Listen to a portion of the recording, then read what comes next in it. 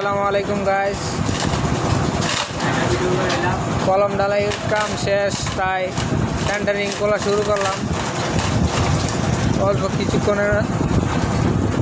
অল্প কিছুদিনের ভিতরে সেন্টারিং ইনশাল্লাহ শেষ করে দেব।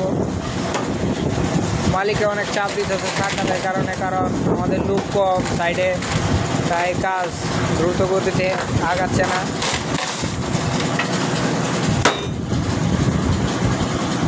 সেন্টারিংয়ের কাজ তলা নামাচ্ছি আজকে।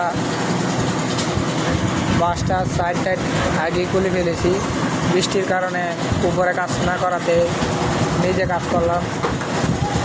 নিচে কাজ করে সেন্টারিং শেষ করে দিলাম। আজকে প্রচুর বৃষ্টি হয়েছিল, তাই বাসগুলো সব খুলে লাগছি।